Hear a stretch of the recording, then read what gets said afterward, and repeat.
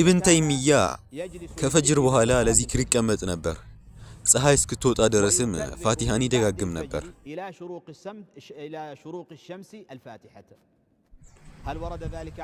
ነቢያችን ሰለላሁ ዐለይሂ ወሰለም አድርገውታል? ማለትም ይህንን ተግባር እንደየዕለት ተዕለት ልማድ መተግበር ማለት ነው።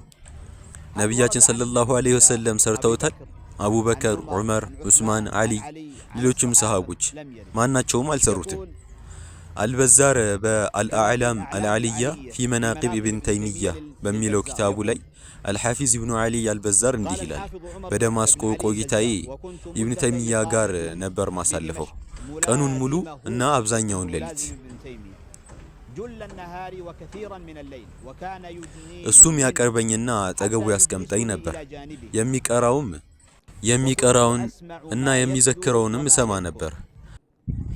ዘወትር ፋቲሃን ሲቀራና ሲደጋግም እሰማ ነበር።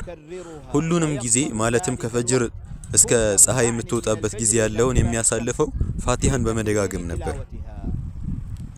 እንዲሁም ኢብን ተይሚያ አንዳንድ የዕልም ጉዳዮች ግልጽ እንዲሆኑለት ወደ አላህ ለመቃረብ የሆነ ነገር ይሰራ ነበር። ይህ የሚያደርገው ነገር ከነቢያችን ሰለላሁ ዐለይሂ ወሰለም ወይም ከኹለፋኡ ራሺዲን አራቱ ኸሊፋዎች ወይም ከሰሃቦች ተገኝቷል? አልተገኘም። ምን ነበር ሲያደርግ የነበረው ድርጊት? የኢብን ተይሚያ ተማሪ አብዱል ሃዲ አልዑቁድ አዱርያ ሚን መናቂብ ኢብን ተይሚያ በሚለው ኪታብ ገጽ 42 ላይ እንዲህ ይላል። ኢብን ተይሚያ ረሂመሁላህ እንዲህ ይል ነበር። ለአንድ አያ ብዬ እስከ 100 ተፍሲር አነብ ነበር። ከዚያ አላህን መረዳትን እለምነው ነበር። ከዚያ አንተ አደምን እና ኢብራሂምን ያስተማርክ ሆይ እኔንም አስተምረኝ እለው ነበር። ወደ ተተው መስጂዶችም እየሄድኩኝ ማለትም ሰው የማይሰግድባቸው መስጂዶችና ተመሳሳዮች ቦታዎች እየሄድኩኝ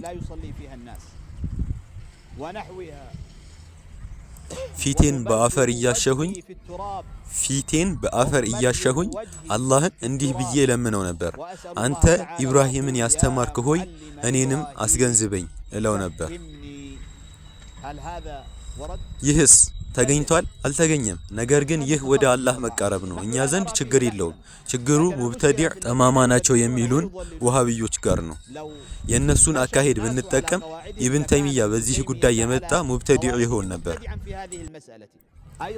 እንዲሁም በኢብኑ ተይሚያ ፈታወል ኩብራ በሚሰኘው ኪታቡ ላይ በሁለተኛው ቮሊዩም ገጽ 132 ላይ እንዳለው እንዲህ ተጠየቀ።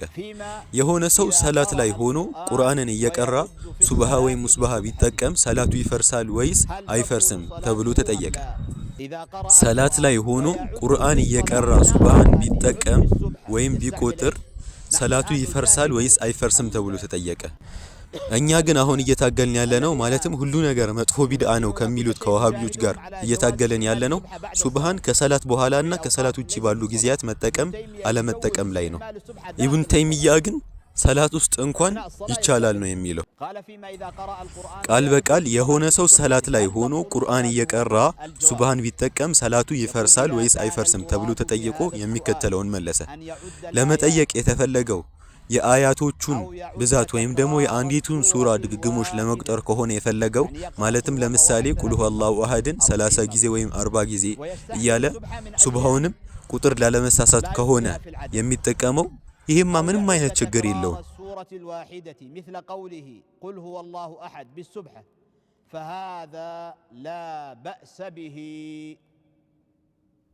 ይሄ ምንም አይነት ችግር የለውም። ለሌላ ምክንያት ከሆነ ደግሞ የፈለገው ምክንያቱን ያስረዳ። ማለትም ጠያቂው ሌላ ምክንያት ካለው ይንገረኝና ላስረዳው።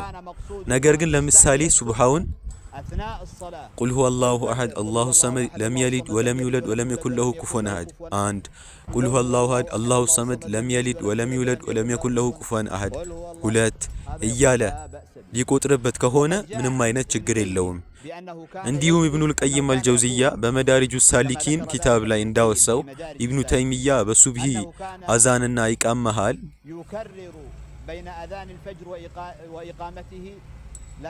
ላኢላሃ ኢላ አንተ ያ ሐዩ ያ ቀዩም ቢረሕመቲከ አስተጊስ የሚለውን 40 ጊዜ ይደጋግም ነበር። ሰዎችም እንዲደጋግሙት ይወተውት ነበር። ይህ ደግሞ በወሃቢዮች አካሄድ ወደ መጥፎ ቢድዓ መጣራት ነው።